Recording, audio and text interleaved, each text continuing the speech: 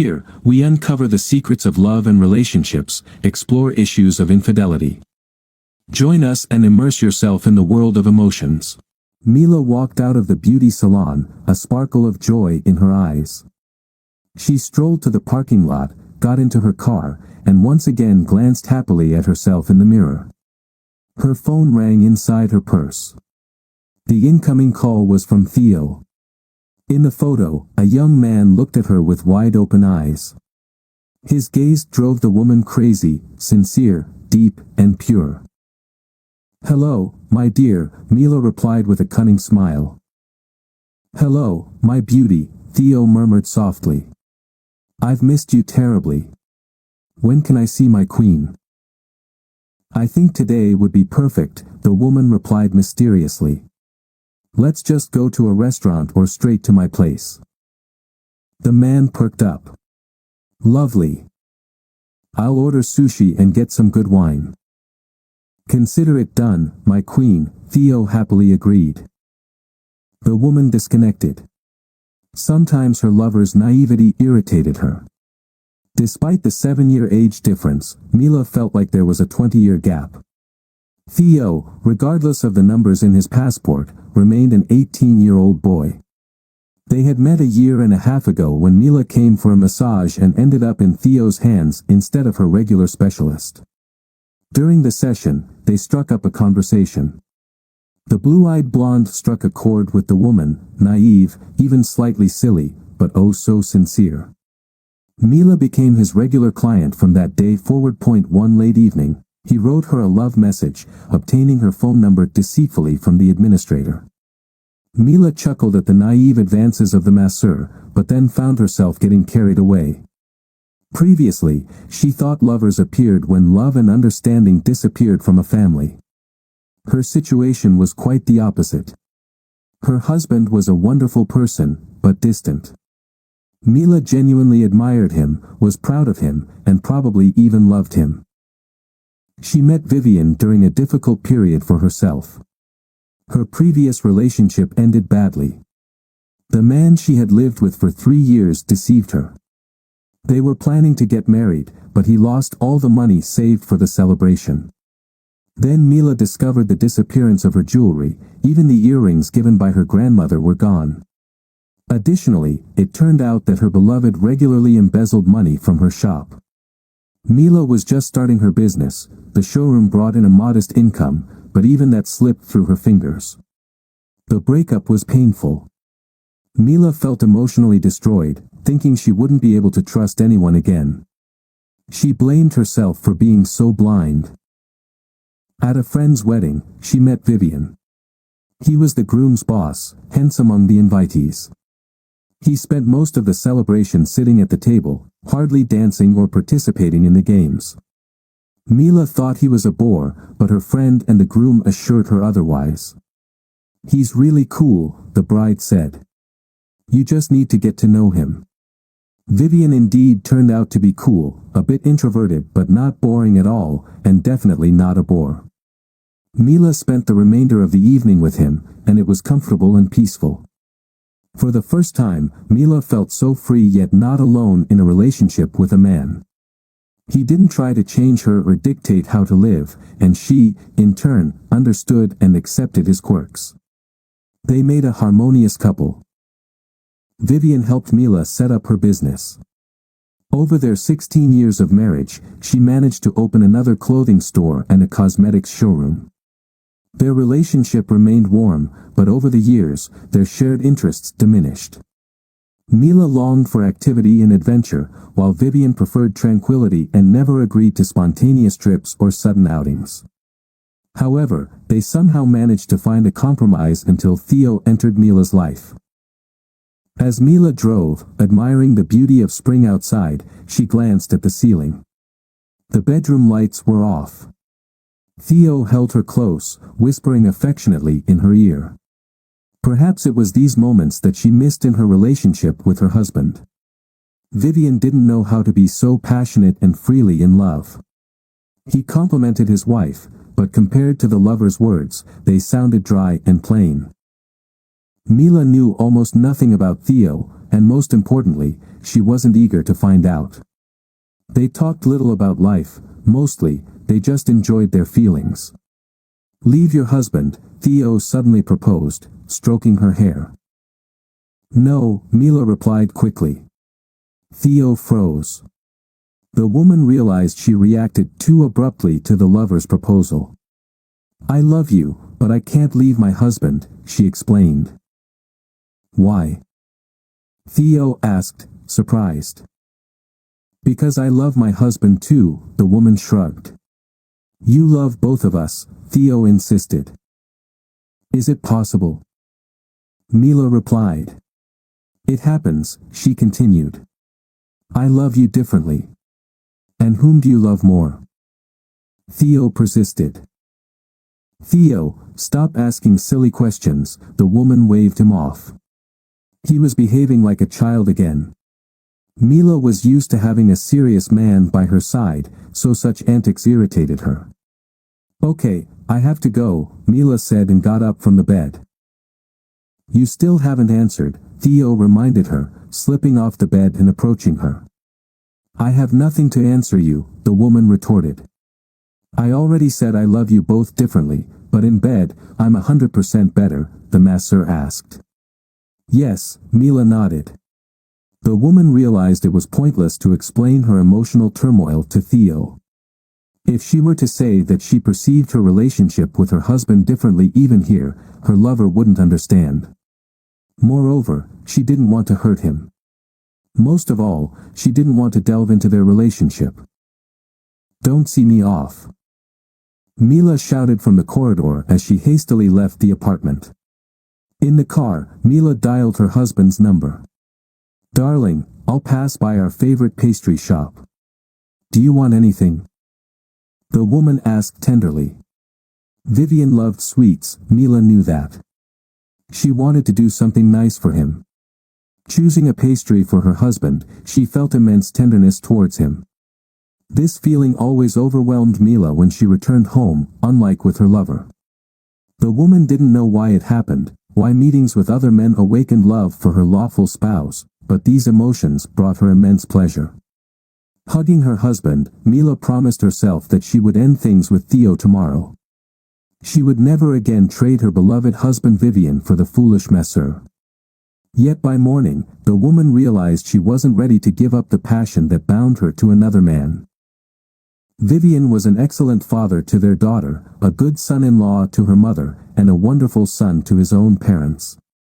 He was dear to her, but matters of the heart were unpredictable. A sense of bewilderment made her respond to the passionate messages from her lover, and their meaningless affair continued. "Dad, can we talk?" Alice peeked into Vivian's room, looking at him intently, quirking her eyebrows and biting her lower lip. The man knew well what would follow these theatrical antics. "We can talk," Vivian nodded, "but you're not going anywhere." "Why are you dejected?" Alice asked, shoulders slumping. "You don't even know where I want to go." "Given that you came to me instead of your mom, it's nothing good," he explained. "Come on, Dad." Alice rushed into the room, sat beside him, and hugged his arm. "It's Lisa's birthday," the girl said. "She's invited all my classmates. Can I please go too?" Vivian looked at his daughter. She was like a little kitten, cuddling up to him and lovingly looking into his eyes. Okay, he agreed, "but I'll take you and bring you back." Alice smiled and nodded. "Dad, can you keep something from Mom, please?" she pleaded. "You know it's wrong," he replied. "Daddy, please," Alice begged. "Mom will be furious and she'll scold me, and you too, probably." "I'll think of something," Vivian promised.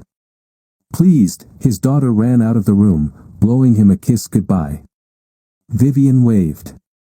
"I've fallen for the little princess's manipulations," he realized. After all these years, he still couldn't say no to her. He knew his wife would be unhappy about this turn of events, if she found out. Vivian didn't want to cause her any extra worry, so he decided to keep silent about. Mila probably wouldn't even notice her daughter's absence, there was a knock on the door. Vivian wasn't expecting anyone. He slowly rose from his chair and went to open it. Standing on the threshold was a young man with a huge sports bag slung over his shoulder. "Who are you looking for?" Vivian asked dryly. "You're Vivian, right?" "I'm Theo," the young man presumed. "By the way, are you younger than I expected?" he chuckled. "I love your wife. She loves me too. So as a gentleman, it's better for you to just leave our path," Theo boldly declared, squinting cunningly. "Bold of you to say so," Vivian replied confidently, squinting back. "I'm the straightforward type," explained Theo. "Mila is afraid to tell you the truth. She hasn't loved you for a long time and wants to live with me. Is it clear enough?" Theo glanced around the splendid corridor of his apartment. "Yes, it's clear," nodded the Vivian. "She deserves better. And you can't even satisfy her," Theo remarked, putting his bag on the parquet floor and untying his shoelaces. "I didn't invite you in," Vivian said. "And I don't need your invitation," the unexpected guest replied with a laugh, continuing to undress. "And what if I get really angry right now and break something?" Vivian asked. Theo stopped untying his shoes, straightened up, and smiled at the homeowner. "You'll be sorry," he said. "You'll have to go to the ER, then to the police station to file a report, then there will be legal proceedings, and you'll have to pay for damages. If I become disabled, then lifelong support. I think it's not in your best interest for me to break anything," Theo concluded. Vivian noted to himself that the stranger had quite the audacity. Probably, it was this quality that helped him achieve his goals. He brought his belongings in a smirk, Vivian noted. "You seem a bit light on belongings for the time being," Vivian retorted, "especially for your wife. Besides, I'm much more appealing to her without clothes on," added, raising his head slightly and squinting again. He didn't respond to the uninvited guest. After a brief pause, Theo resumed his speech. "You can be sarcastic all you want, but the fact remains the same. I'm sleeping with your wife. We're good together, and you bore her because you're dull. And, let's not hide it, you're getting old. Listen, why don't you just get lost from my apartment?" Vivian suggested. "Oh, go to hell," Theo responded in a languid tone. Vivian then grabbed him by the ear, as if dealing with a misbehaving child, and pushed him out the door. Theo was confident that Vivian wouldn't resort to violence. Mila always assured him that her husband was always composed and calm. So, the young man wasn't afraid of being physically removed from the apartment in such a ridiculous manner. He couldn't believe it, kicked out with just his socks on. Theo stood on the landing, feeling bewildered. The sports bag flew out after him. He rubbed his ear, which was burning, and behind him, the elevator doors opened onto the landing. Mila emerged and froze in terror at the sight of her lover on the doorstep of her own apartment. A wave of indignation washed over her. How dare he come here? What's going on here? Mila asked sternly, her face showing a concerned expression. Your lover came, Vivian replied roughly, wants to live with you. And I'm a bit against it. What lover? Mila exclaimed in surprise. I don't know this one. Theo looked at her, rolling his eyes. I know him more precisely, corrected the woman. Theo, she continued, relieved, he's my former masseur. I went to him a couple of times when my regular one was on vacation. He tried to get to know me, asked for my phone number. I didn't like it very much. I caused a scene, complained to the administrator. They apologized, offered a discount, and I never saw him again. The men exchanged glances. Theo looked bewildered at the woman he had been in bed with just yesterday. She portrayed confusion so naturally that he himself almost believed that there was nothing between them except for a few meetings at the beauty salon. You're normal, right? Vivian asked Theo seriously. I was just. Theo began, but Mila interrupted. Where did you get my address from? She continued to feign surprise. She turned to her husband. Where did you get the idea that he's my lover? He said so, Vivian replied. You see, he came with a bag, intending to live here. Delightful, the woman gestured, spreading her hands. Maybe I should call the police, she added. No need, Theo interjected, looking flustered. I got it. Sorry, he mumbled. He picked up his bag from the floor, rubbed his ear, and, muttering a couple of insults as a goodbye, staggered down the stairs. Let's go home, Mila asked. I'm really tired today. I won't go to the pool. Can you explain who this clown is? Vivian asked. I explained everything, Mila replied. Trust me, I hardly know him and can't imagine why he staged this whole show. Maybe after my scandal, they fired him, and this is revenge, Mila shrugged. Okay, let's suppose he's crazy, the man replied. But how does he know my name and where we live? My goodness, Vivian, I don't know, Mila shrugged. Let's just laugh it off and forget about this clown already. She quickly entered the apartment. In the hallway, they were met by a worried Alice. What were those screams about? The daughter asked. Nonsense, Vivian replied, pursing his lips. They got the wrong door. I see, the girl said, biting her lip. Mom, aren't you going swimming today? No, Mila replied. I might not go to the pool anymore at all. Mila stood by the window and watched what was happening outside. In spring, life flows in a special way. The warm May reminded her of how beautiful life could be. The main thing was to know how to enjoy it. Theo, stop sulking, Mila sweetly sang into the phone. You're also great for coming to my house, a fearless knight without fear or reproach. You made me look like an idiot, Theo replied. You made me out to be one. Anyway, it doesn't matter, she interrupted him. You just shouldn't have come. Why? I love you. I want to live with you, the young man blurted out. I want a family, not hiding and lying. Mila sighed. It seemed that the blue-eyed handsome man really fell in love with her. Just be patient, please, she asked. Everything will work out. Let's meet today, let's have a romantic date. Do you want to? Yes, I do, Theo murmured. He continued to show that he was offended, but clearly didn't want to argue. Mila booked a table at a restaurant, lied to her husband and daughter that she was going to the pool, and went to meet her lover. After the play on the landing, Mila was the first to call Theo.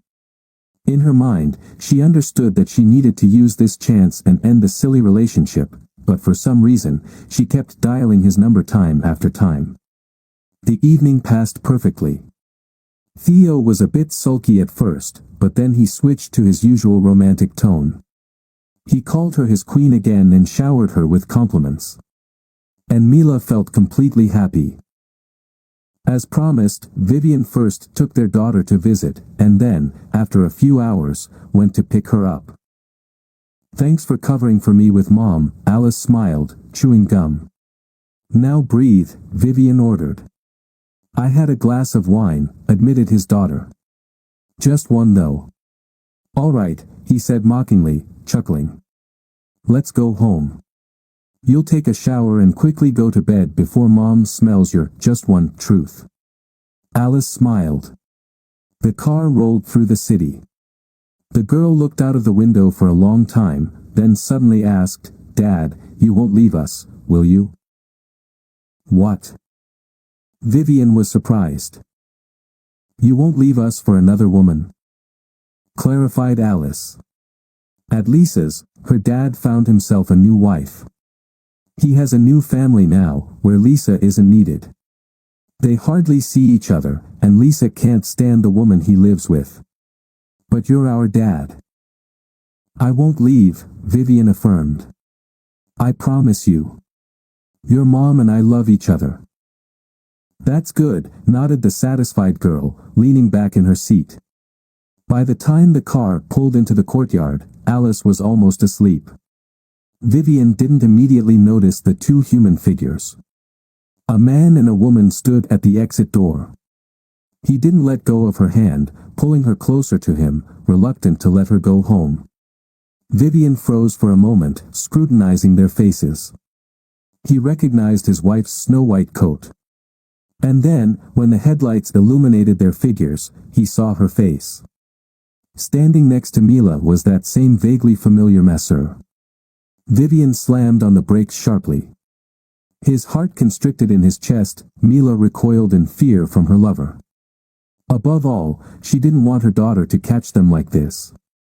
Alice raised her head, first looking at her father and then to where he was staring. She jumped out of the car, rushed to her mother, and pushed her with all her might. "How could you?" The girl screamed. You traitor." Mila lost her balance but managed to stay on her feet. Vivian, who had hurried over, grabbed his daughter's hand. "Not now. We need to calm Alice down first." "We'll talk with your wife later," he said, trying to suppress his own emotions. The enraged Alice continued to hurl insults at her mother, caught up in an emotional whirlwind, struggling to string together her hurtful words into coherent sentences. Vivian embraced the girl, and Alice buried her nose in his soft sweater, bursting into tears. "It's very late. Why isn't Alice asleep?" Mila asked. Vivian clenched his fists. "Is that what concerns you the most right now?" he asked, barely containing his anger. Naturally, the woman confirmed. "Our daughter worries me more than any quarrels with you. We've caused enough commotion for the neighbors. Let's go home and talk calmly there." She headed towards the door, and Theo obediently followed her. "Wait in the car, Theo," she requested. The man nodded. The wall clock ticked loudly in the silence. Mila hadn't noticed before how irritating their sounds were. The couch she sat on felt very cold. She hadn't noticed that before either. The whole room seemed to have cooled down. Vivian stood in the doorway, his silhouette looking somewhat intimidating in the dimly lit room. "I don't know what to say," the woman began. "It just happened." "How did it happen?" Vivian clarified. "Was it a ridiculous accident?" Mila added. She really didn't know what to say. If she confessed everything honestly, Vivian would leave. He wouldn't make a scene or fight, wouldn't try to prove anything. He would just leave her alone. No matter how much she begged, her husband wouldn't forgive betrayal. Mila knew him too well to think otherwise. "You fell in love with someone else, no problem. Go to him. I'd let you go without tying you down," Vivian said, "but why lie to me? Why stage a play? Even now, when you've been caught red-handed, you continue to do this." "I don't want you to leave," Mila confessed. Her husband looked surprised. "Yes," the woman nodded nervously. "I'm afraid to lose you." "I've only just realized how much I fear it," Mila said. "I won't go anywhere," Vivian replied. "This is my apartment, my things are here, and my daughter lives here. Do you really think that just because I saw you with your lover, I'll quietly pack my things and leave at sunset? And you'll bring that puppy here? Do you want me to leave?" Mila was stunned. The man confirmed it. "Your lover was boasting about how much he loves you. When I loved you, I provided you with a roof over your head. Now it's his turn." "And what about our daughter?" she asked. "Alice will decide for herself where and with whom to live," the man replied. "She's a grown-up girl." Mila realized that Alice would stay with her father. For the first time, she realized that her world was crumbling around her. Previously, she had never thought about it, she was just having fun, unaware of what she could lose. "Vivian, sweetheart, life presents different situations. People make mistakes sometimes, Mila said quickly. I deeply regret what happened. We could give ourselves a chance and work together to fix the situation. We'll surely learn a lot from it. Yes, mistakes happen, and sometimes they're fatal, Vivian agreed, like in your case. Emotions play with you. Perhaps you could forgive me. Mila desperately searched for something to latch onto. I struggled not to hit you, the man admitted. He had never felt anything like this before. No, I won't be able to forgive.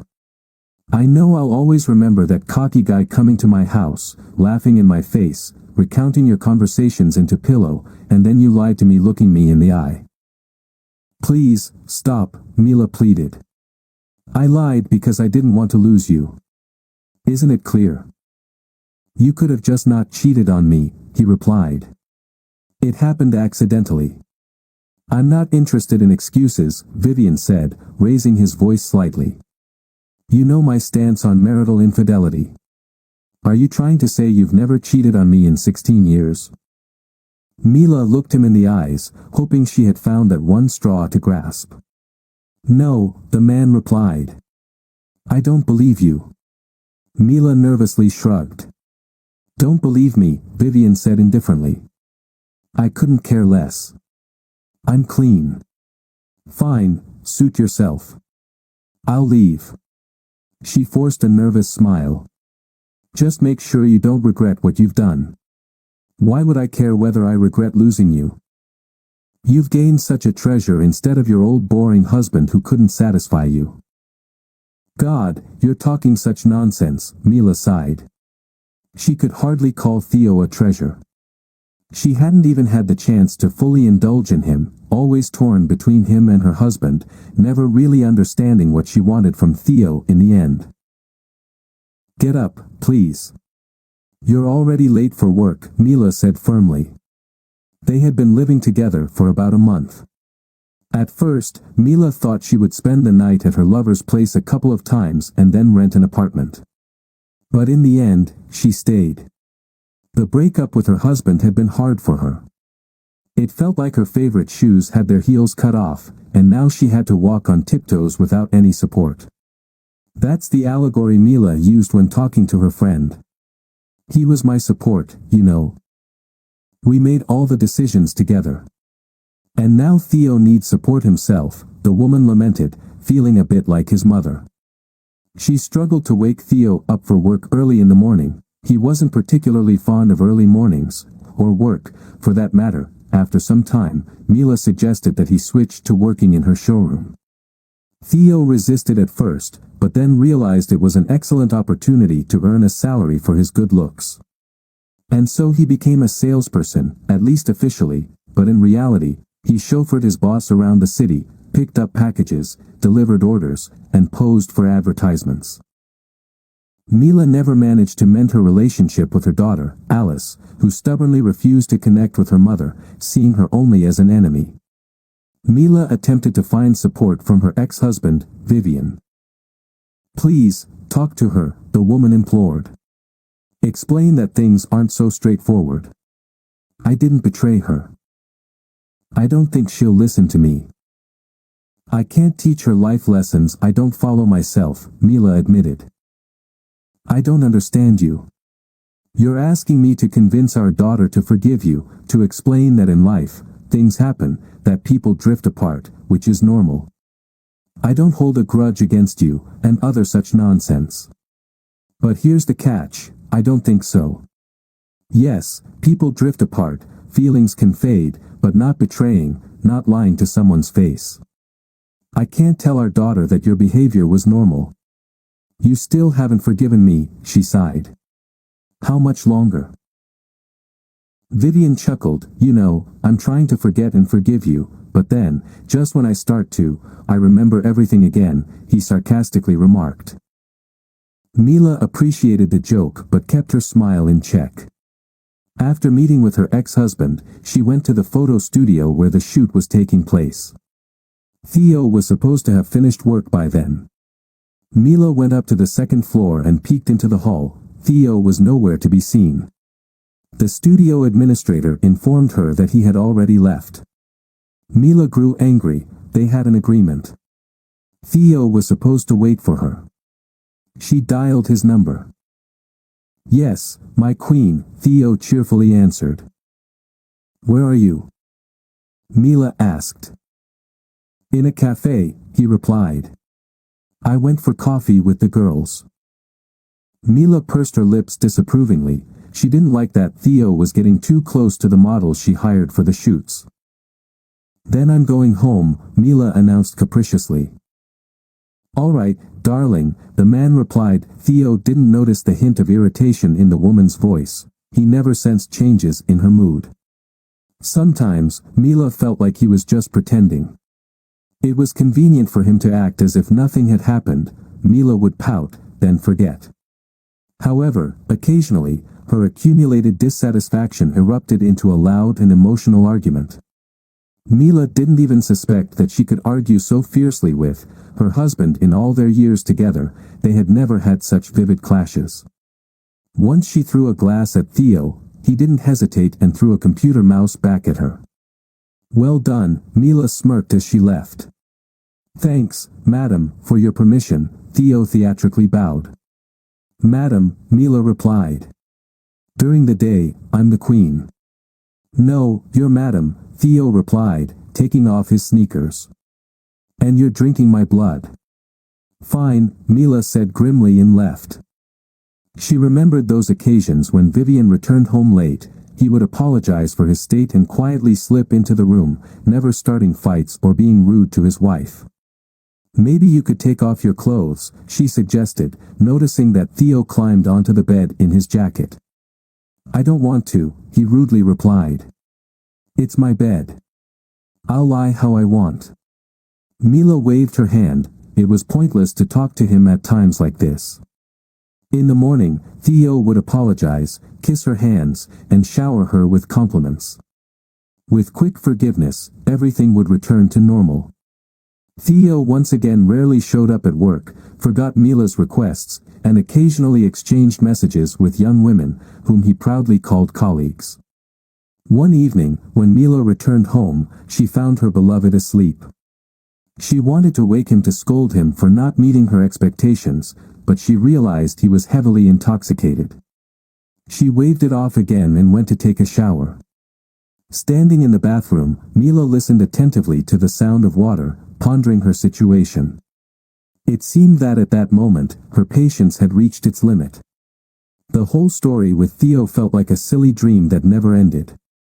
She lost her husband, quarreled with her daughter, and even with a couple of friends when they criticized her for leaving her family for a man she didn't even love. It was all so absurd. "So, here's the deal," she commanded over breakfast. "Today, you're going to fix the problem you created yesterday. You're the responsible party according to the documents, and if I don't receive the clothes, you'll be compensating me for the damages." That's instead of a good morning and an aspirin tablet, Theo smiled. He tried to turn everything into a joke. "Good morning," Mila grimaced. "You'll take the aspirin yourself, and the order must be in the store today. Do you understand?" "Got it," Theo nodded. "I had one task, and then I can roam around, right?" The man clarified. "Seems a bit light," Mila agreed. "Yes, only one," she confirmed. "And don't forget, if you fail to complete it, I'll demand such a penalty from you that you won't believe it. Are you dumping me just in case?" Theo clarified again. "Yes, I'm tired of serving you," she replied. "I'm used to men of a different caliber, more successful and fuller." "Then why did you run away from your successful, smart old goat-to-me?" he asked. "I would live with him if he were such a wonderful person." Mila sighed and twirled her finger near her temple, addressing this gesture to either herself or Theo. The next day, Mila approached the iron door with the cherished apartment number where she and her husband had lived for so many years. It no longer seemed cold to her. On the contrary, it lured her in, like a magical land from childhood dreams. The woman opened the door with her key. Vivian still hadn't changed the locks, perhaps deep down, he hoped she would return. The man was home. "Hi," Mila said timidly and smiled. "Will you let me stay for a couple of days?" "Hi," Vivian replied flatly. "All the hotels in town are closed." "Please," Mila pleaded. "This is your apartment, but I've invested a lot in it too. I think I have the right to spend a couple of nights here." "Did your beloved kick you out?" Vivian inquired. "She left on her own," Mila answered. "And where did Alice go?" "Isn't it too late for her to be out?" "It's better now than when she gets married," the man replied from one of the rooms. Suddenly, his phone buzzed. Vivian rushed to it. It was Alice calling. "Dad, please come and get me," the girl pleaded with a trembling voice. "What happened? Where are you?" he quickly asked. "At the police station," his daughter replied, sobbing. "Alice, dear, calm down. I'll come and pick you up right away," Vivian, the ex-husband, reassured her over the phone. Meanwhile, Mila anxiously watched him. It was evident from his face that something terrible had happened. "Did Alice get into trouble?" Mila asked. "Is everything okay?" "She'll be fine. I'll bring her home now," Vivian quickly responded, heading towards the door. "I'm coming with you," Mila shouted. "Why do you need me?" the ex-husband asked, creating a scene. "I'm her mother." "And I was your husband, but sometimes you forgot about that," he retorted. "Forget it now," Vivian snapped. "Enough," Mila shouted back, delivering a sharp slap to her husband's face. The man froze in place, emotionally commenting, "Vivian, please, why are you speaking with such a trembling voice?" She pleaded.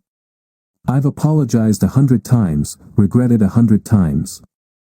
And even in such a situation, you continue to hurt me. By the way, it's because of living with you that our daughter got into trouble. You allowed her everything just to stay her favorite daddy. And I've always been the bad one. Look what came out of it. I would gladly discuss and even endure your sudden violence, but my daughter is waiting for me," the ex-husband replied that he abruptly turned and left the apartment. Mila covered her face with her hands and slowly slid down the wall.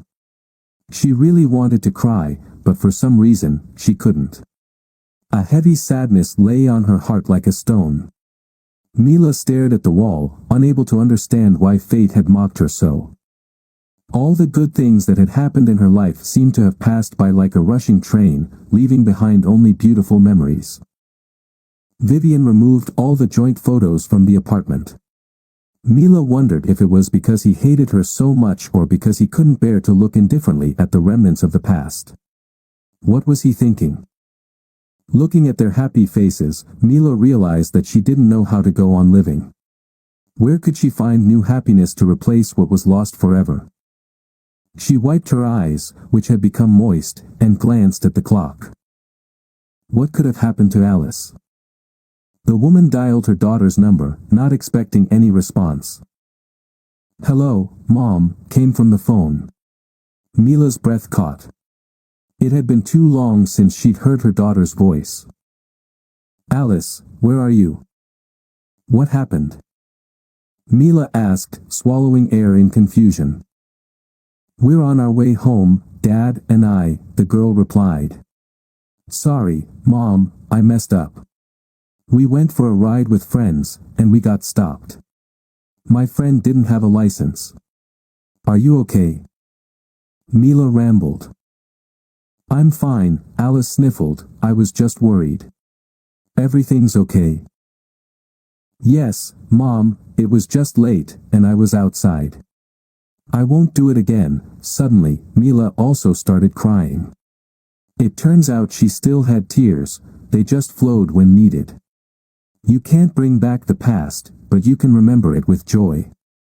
This beaten phrase was not yet surpassed, Mila thought. Perhaps it was time for Mila to let go of Vivian and stop demanding apologies from him. They would never be spouses again.